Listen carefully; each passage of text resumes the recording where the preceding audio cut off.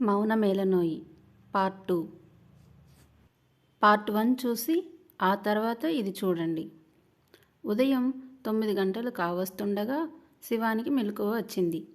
కళ్ళు తెరవగానే తన పక్కనే కూర్చుని నిద్రపోతున్న రుద్రని చూసి ఉలిక్కిపడింది. ఇదేంటి, ఇతను ఇక్కడ ఉన్నాడు అని మనసులో అనుకుంటూ మంచం దిగబోయింది. తన చీర కొంగు మీద రుద్ర కూర్చోవడంతో మళ్ళీ మంచం మీద పడిపోయింది. శివాని కదలికలకు మెలకువ వచ్చినా కావాలనే కళ్ళు మూసుకొని ఉన్నాడు రుద్ర. అక్కడ నా చెల్లి పరిస్థితి ఎలా ఉందో అని కంగారు పడుతూ తన కొంగను గట్టిగా లాగేసుకొని బయటకు వెళ్ళడానికి తలుపు తీసింది.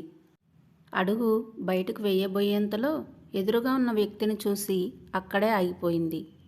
ఏడివాడు లోపలే ఉన్నాడా అని అరుస్తూ లోపలికి వచ్చింది శారద.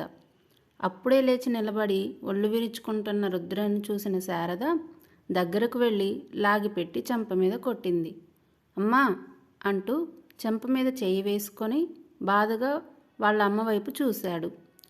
ఛీ, ఇంకొకసారి నన్ను అలా పిలవకు. ఒక ఆడపిల్ల జీవితాన్ని నాశనం చేస్తావా? ఇదేనా నేను నీకు నేర్పించిన సంస్కారం? అందరూ నిన్ను రౌడీ రుద్ర అని పిలుస్తున్నా నేను పట్టించుకోలేదు. ఎందుకంటే నా కొడుకు ఏ తప్పు చేయడు అనే నమ్మకం. కానీ ఇప్పుడు నువ్వు చేసింది తప్పు కూడా కాదు, మహాపాపం అని తిడుతూ మరొక చెంపను కూడా వాయించింది. నీలాంటి వాడిని నా కొడుకు అని చెప్పుకోవడానికి సిగ్గుగా ఉంది అంటూ అక్కడి నుండి వెళ్ళిపోబోయింది శారద. రుద్ర తల్లి చేతిని పట్టుకొని, నీ కొడుకు ఎప్పుడూ తప్పు చేయడమ్మా. తను నాకు చేసిన అవమానానికి బదులుగా తనకు బుద్ధి చెప్పడానికే ఇక్కడకు పిలిపించాను. ఆ అమ్మాయిని నేనేం చేయలేదు అంటూ తల్లికి సర్ది చెప్పబోయాడు. ఇంకేం మాట్లాడకు. ఒక అమ్మాయి ఒక అబ్బాయి రాత్రంతా ఒకే గదిలో ఉంటే ఏమంటారో తెలుసా? అది కూడా ఇలా. ఇక ఆ అమ్మాయి జీవితం ఏమైపోతుందో ఒక్కసారన్నా ఆలోచించావా అని అడిగింది శారద. తనని తన పిన్నిని ముందుగా బంధించిన గదిలోకి వెళ్ళి వనజ కోసం వెతికిన శివాని అక్కడ ఎవరూ కనిపించకపోవడంతో మళ్ళీ రుద్ర ఉన్న గదికి వచ్చింది. మా పిన్నిని ఏం చేశావు? మా చెల్లెలు ఏ హాస్పిటల్లో ఉందో చెప్పు, నేను వెళ్ళాలి అని ఏడుస్తూ రుద్ర కాలర్ పట్టుకుంది. శారద శివాని వైపు జాలిగా చూస్తూ, మీ వాళ్ళకు ఏమీ కాదమ్మా. నా కొడుకు రౌడీనే కానీ మరీ మనుషుల ప్రాణాలు తీసేంత దుర్మార్గుడు కాదు అంటూ శివానిని దగ్గరకు తీసుకొని ఓదార్చింది. రాత్రి నుండి తను పడుతున్న ఆవేదనకు కాస్త ఓదార్పు దొరికేసరికి శారదను పట్టుకొని ఏడ్చేసింది శివాని. శారద రుద్రవైపు చూసి, కార్తీ, ఈ అమ్మాయి వాళ్ళ చెల్లెలు ఎక్కడుందో నేరుగా అక్కడికి తీసుకెళ్ళు అని కోపంగా చెప్పింది. సరే అమ్మా అని బయటకు వెళ్ళిన రుద్ర చుట్టూ చూసి దూరంగా తనని గమనిస్తున్న ఒక వ్యక్తి వైపు చూసి ఒక ఈవిల్ స్మైల్ ఇచ్చాడు. అది చూసిన ఆ వ్యక్తి ఎవరికో ఫోన్ చేస్తూ అక్కడ నుండి వెళ్ళిపోయాడు. శారద శివానిని పట్టుకొని బయటకు వచ్చింది. ఇద్దరూ ఎక్కగానే రుద్ర కారు స్టార్ట్ చేసి హాస్పిటల్ వైపు పోనిచ్చాడు. హాస్పిటల్కి చేరుకోగానే నేరుగా పావని ట్రీట్మెంట్ జరుపుతున్న ఐసీయూ వైపుకు నడిచాడు. శారద శివాని రుద్రను అనుసరించారు. వనజ పావని బెడ్ పక్కనే ఉన్న స్టూల్ మీద కూర్చుని కునికిపాట్లు పడుతూ ఉంది. పావనిని చూసిన శివాని ఏడుస్తూ పావని అంటూ పిలిచింది. మత్తు వల్ల పావని ఇంకా కళ్ళు తెరవలేదు. శివాని ఏడుపుకి మెలకు వచ్చిన వనజ, వచ్చేసావా? మీ నాన్న పొద్దు నుండి ఒకటే ఫోన్లు చేస్తున్నాడు. ముందు వెళ్ళి మీ నాన్నతో మాట్లాడు. మళ్ళీ ఆయన నీకేదో జరిగిందని అనుమానపడతారు అంటూ చెప్తున్న వనజ వైపు వింతగా చూసింది శారద. సమాజంలో ఇలాంటి మనుషులు కూడా ఉన్నారా అని మనసులో అనుకుంది. ఇంతలో అక్కడికి డాక్టర్ వచ్చేసరికి, మా చెల్లికి ఇప్పుడు ఎలా ఉంది డాక్టర్ అంటూ కంగారుగా అడిగింది శివాని. ఇప్పుడు మీ చెల్లికి ఏ ప్రాబ్లం లేదు.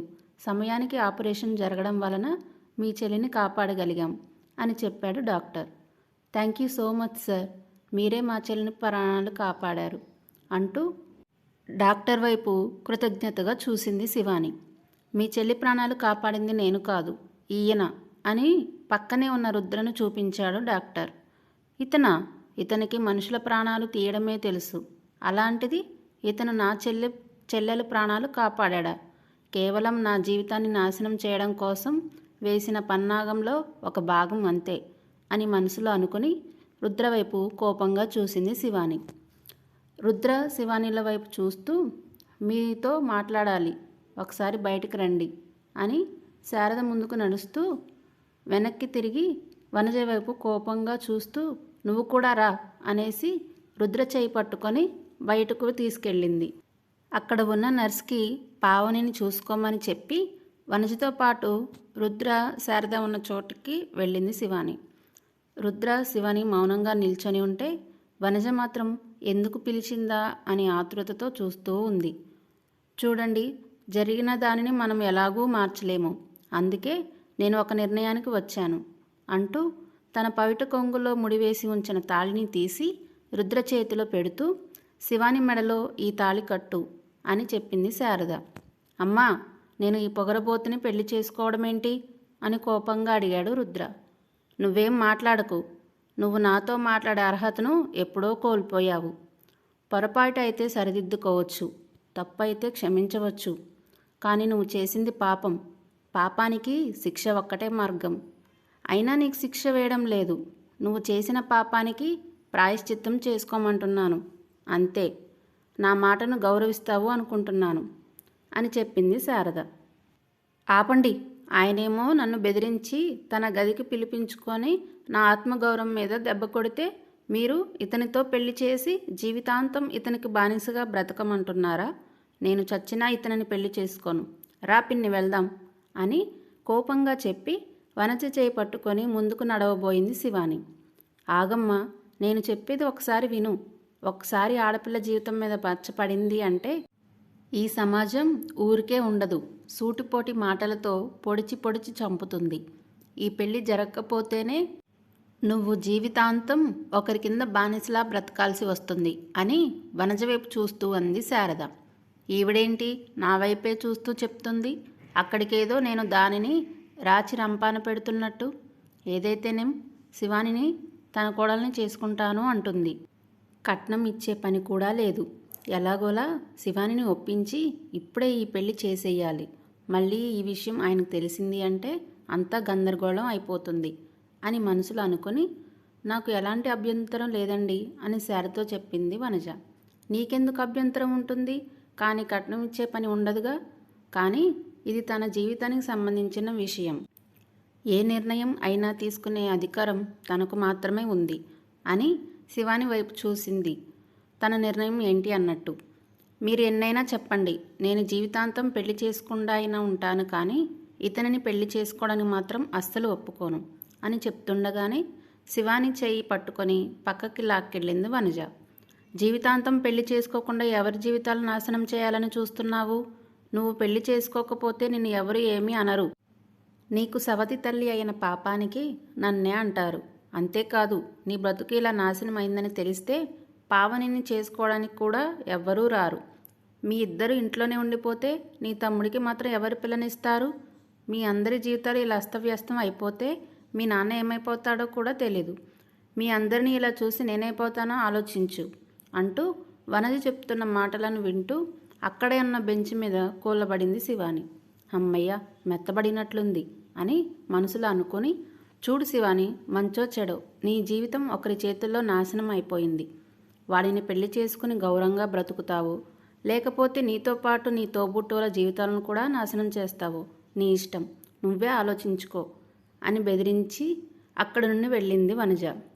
శివాని ఒక నిర్ణయానికి వచ్చిన దానిలా లేచి నిల్చొని కళ్ళు తుడుచుకొని రుద్ర వాళ్ళ దగ్గరకు వెళ్ళింది. ఏ నిర్ణయం తీసుకున్నావు అని అడిగింది వనజ. మీ ఇష్టం పిన్ని, మీరు ఎలా అంటే అలానే చేయండి, నాకు ఎలాంటి అభ్యంతరం లేదు అని చెప్పింది శివాని.